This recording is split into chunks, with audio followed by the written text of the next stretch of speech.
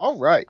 Hello, everybody, and welcome back to Shadow of the Colossus. My name is Ark, I'm RandomNinja. and today we take on the sixth Colossus, the big beastly behemoth Barbar. Yep. No, well, first of all, it's wrong. It's Barba. Barba. Also, did you have that written down? No, I had it memorized. It was actually longer, but I shortened it. So you confused a bearded giant with a cartoon elephant. Yes. Excellent. Okay, glad we cleared up that little bit of confusion. And actually, I actually confused it also with a Yu-Gi-Oh card, because there's a Yu-Gi-Oh card called Barbar. Is there? Yep. It's one of... Oh god, what is it called? I can't remember now. But I know that they're based off of Dante's Inferno. Okay. Barba's face makes me think of the one Judge card. It's like the original Yu-Gi-Oh generation. Oh god, what is it called? Now I'm totally blanking. My girlfriend called his face a nutsack, so... It looks nothing like a nutsack, but hey, you do you, I guess.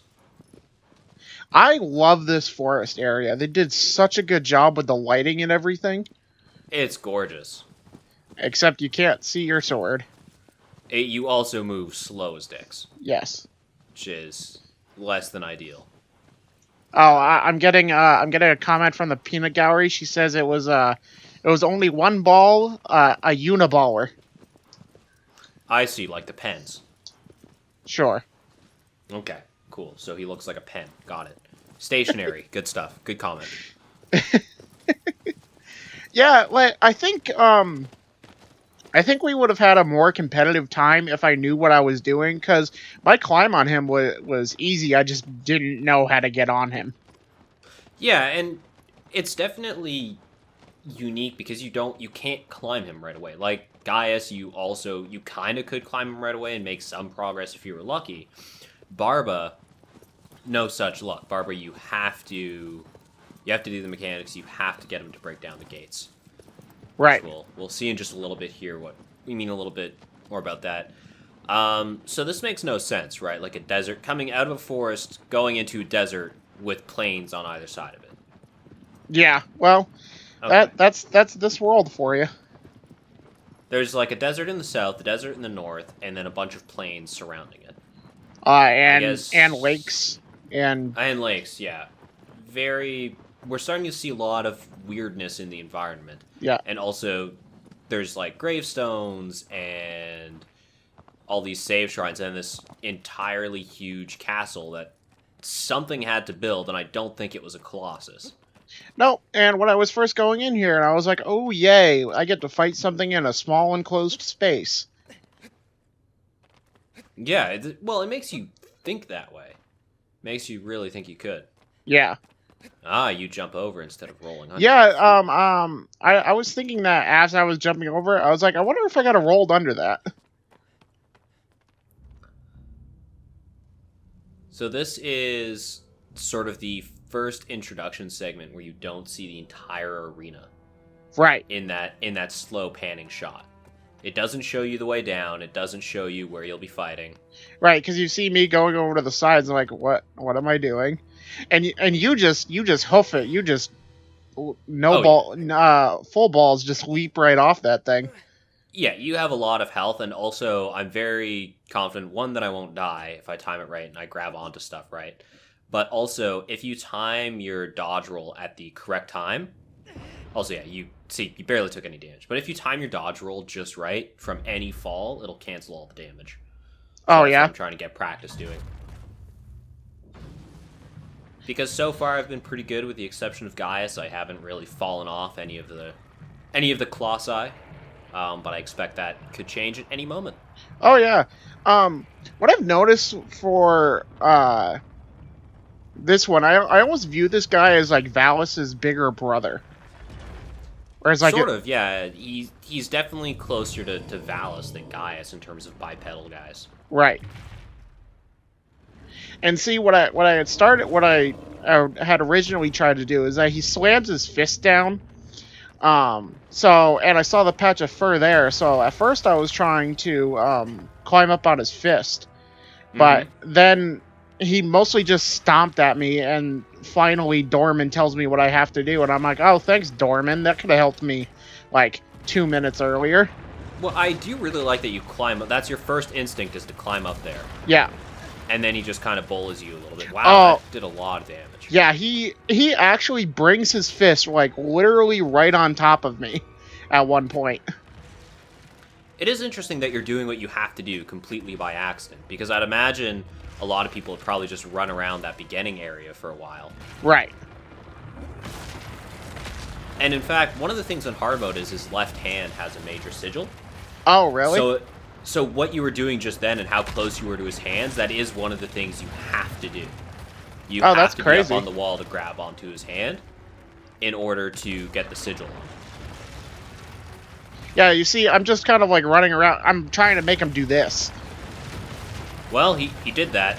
Yeah, and kind of totally wrecked my face. Yep. So far, though, neither one of us have died, so that's a start. It's true. I mean, I've died from falls just out in the world and stuff, but not against the boss. Right. I've gone, oh, this looks like a cliff I can scale down. Oh, this wasn't a cliff I can scale down. Whoops. No. And this is just me, like, a minute and a half of me just running around trying for him to slam his fist down again so I can try to climb his fist, and then Dorman finally chimes in. See, I'm actually kind of curious if you could climb up him that way, but I don't think you even could. You could maybe get along his hands and then the cufflinks, but how would you get to his torso? Can you jump from the cufflink? Like, maybe jump from the cufflink to his torso? I think you can jump from his cufflink to the top of his leg stuff, but I don't know if you could get to the torso. It looks like his arms hang too low. Well, if you get to the top one, you can, because it kind of like is almost at the bottom rung of his like rib ones. Yeah, I might go through reminiscence mode just to see if I can do that. What's reminiscence mode? Oh, so right, that's a mechanic that we haven't really encountered yet. Reminiscence mode is you go back to where you defeated the boss, and that's what you see all those beams of light in the sky. Right. That I did notice the beams of light. You go back to where you defeated the boss, and you can refight the boss. They're just like a pile of stone. Oh. So if you ever want to go back and try to get the trophies, like killing Gaius without breaking his gauntlet, or getting a jump stab kill against Valus, because that's probably the easiest one to kill, then Reminiscence mode is a good way to do that, because you don't have to worry about the time constraints of time attack, and it's the same difficulty, and you have all of your grip meter and all of your health. I have to say, like, that is a pretty unique way to jump on him, though, is just jumping on his beard. Mm-hmm.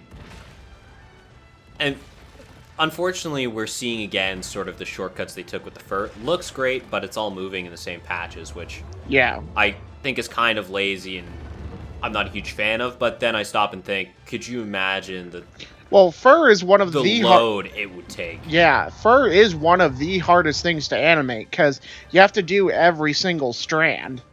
Yeah, so it's definitely easier to do in patches.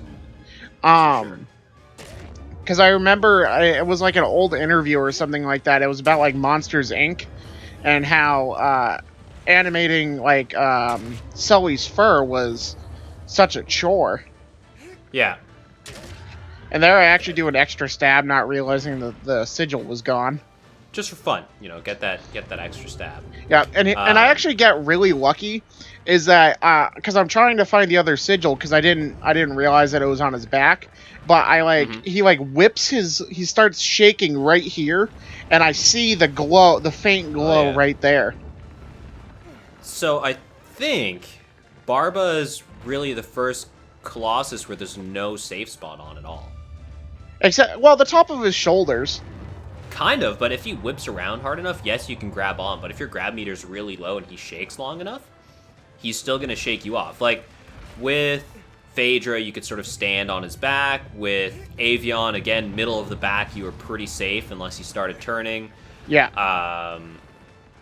Gaius had the rests on his shoulders. I have to say, this really bugs me because it's on the, it's not in the middle of his back, it's on the side, and that really, really bugs me. It's supposed to be tricky. So my time was 5 minutes and 4 seconds, which isn't bad. I know that I could at least half that time if I knew what I was doing. There you go, to Tome of the Giant. So the normal time attack on PS3, 3 minutes and 30 seconds for this guy. Oh yeah, I could have easily made that. Yeah, if you hadn't run around for a minute and a half and gotten a bit luckier with some of those shakes, you definitely would have had that. Into the intestines we go, and off to your leap of doom, or leap of faith, I guess. Yeah. You can actually, so I mentioned earlier, if you time your roll right, every time I jump off one of the walls, I try to time my roll, so I roll immediately as I land. Not that it really helps, I'm just practicing for it. Yeah, that makes sense. So it's kind of a neat mechanic. Yeah, I just go, well, I'm fine.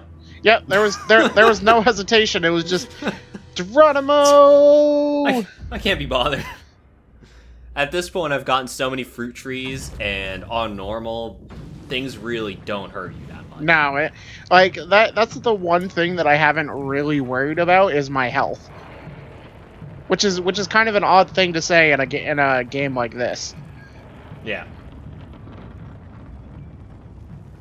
So we get introduced the big man himself again. He kind of I don't know what he reminds me of.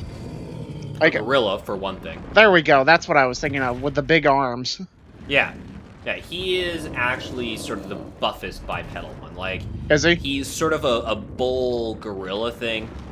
And it's a really interesting design. Also, that hand slam is bullshit. It always gets you. There's no way to avoid it. Well, the same thing happened with me and Gaius whenever he slammed his sword down. You can see me run sideways here, because all it does is turn the camera. It doesn't... Yeah. It reorients you based on that camera position, so it's just a static position. So I kept trying to run forward, and so I started running sideways based on the camera position, which is kind of an interesting trick cinematically. Mm-hmm. Rather than sort of pause your actions, it keeps going. It just cuts interestingly. So, in your run, you actually get a little bit unlucky with your first jump, because I think that you almost miss his beard. I think I do fully miss his beard and go behind it in this run. Not sure. I know I had a couple of practices where I tried doing a few different things, just to see what I could do. Fun fact: you can shine the light from underneath this this area here. I actually thought that you were going to shoot him in the nuts. I thought about it. Yeah, so yeah, I end up behind him and have to wait for him to fucking put his head down again. Which is annoying. Which is why I was thinking that I might have had a comparable time against you because of your miss. Well, and then I don't even get to climb right away. He shakes his beard for so long. Yeah. I feel like I got kind of unlucky just with this part of it here. But getting up to his head is alright, and then the rest of it's fine. He's not a hard climb. No, it's just straightforward, and you make it to his shoulders, and it's fine. Yeah. Got a hard time getting up to his head. Oh, right. You wanted to show off. I forgot about that. So, I'd like to point out, the reason I did a couple runs on this guy again. The reason... It turns out when you push forward, Wander gets a lot of momentum, and if he so happens to lower his head as you're going for the jump stab, boy, do you go all the way to the ground. Believe me. Yeah, I can see that. I would have laughed if that was in this run. Yeah, I did it a few times. I really wanted to get that jump stab. It was not worth it. When I first saw that, I was like, fucking show off. Now you know my dirty secret. I fell 4 times. Should have made you kept those in. No, that evidence has been scrubbed from my hard drive. Okay, so to be fair, I actually did Barba in 2 runs, primarily because Dorman didn't tell me how to beat him, and I was there for like 10 minutes. Okay, that's fair. I mean, that's fine. You didn't really have any advantage there. You still didn't know. I would say that's fine. You didn't go back, kill him twice. You didn't try to do anything special and fail because of that. I will give you that one. So while we're at it, while we're just sort of finishing up here, going back through the intestines, I'd like to point out that the song from the soundtrack for Barba is titled Grotesque Figures. Figures? Like F-I-G-G? Figures as in F-I-G-U-R-E-S. Oh, okay. He is a figure. So, first of all, rude. Second of all, completely true. Barba's pretty gross looking. Yeah. Alright. So that's going to be it for Barba. Again, he wasn't really a hard one. Both of our times were pretty comparable. What was yours? I think it was like 349. Something like that. Lower than the time attack. Definitely should not have gone for the jump stab. Did not do as much damage as I thought it would. Really thought it would do the 50%. Get rid of the sigil, but I ended up having to do an extra stab on his head, which hurt my time a little bit. And then the recovery time from the jump stab is also not super great. Looks pretty cool, though. It does. It's a nice animation, nice mechanic. Cool that they added it in. So as we saw there, the statue has exploded. Now we got our next target, which is probably my least favorite one so far, and that's the sea serpent or eel, going by what Random Ninja says, which is true. It is an eel. It's an eel. It is an eel. It has electric spikes. I call it a sea serpent. Whatever. It's not a serpent. Whatever. Is Hydrus, and yeah, I hate water in video games. The water level. Yeah. It's pretty much the bane of any existence. Pretty much. So I wanted to take a moment here, make sure we check out our sacrifice. She's still dead. Yeah. Haven't woken her up yet. Pretty dead. Okay, so our final times were 5 minutes and 4 seconds for me, and you were under the time attack. It was 3:21 for you. 3:21. So I think had you known what you were going to do, we probably would have ended up with similar times. Neither of us made any huge mistakes in climbing or attacking him. No. I probably could have cut off a good 10 seconds had I... Probably more than that, had I not missed the beard and had I not done the jump stab. Right. But I think we both did pretty okay. I agree. We seem to be going back and forth. Like the simple ones, we usually are pretty close. Like this one was pretty simple. Valis was pretty simple. Phaedra was pretty simple. But then when we get to the more complex ones, like Avion wasn't complex. I was just stupid. But Hydrus and Gaius, where you have to do a little bit of extra things, is when you see the big difference in time. I can't wait to point out your mistakes with Hydrus. I don't know. Well, we'll have to see. Okay, so that's going to do it for this episode of Shadow of the Colossus. Be sure to stay tuned in for the next one when we take on the eel, sea serpent, Hydrus. So, as always, my name is Ark. I'm Random Ninja. And we will see you all in the next episode. Bye-bye!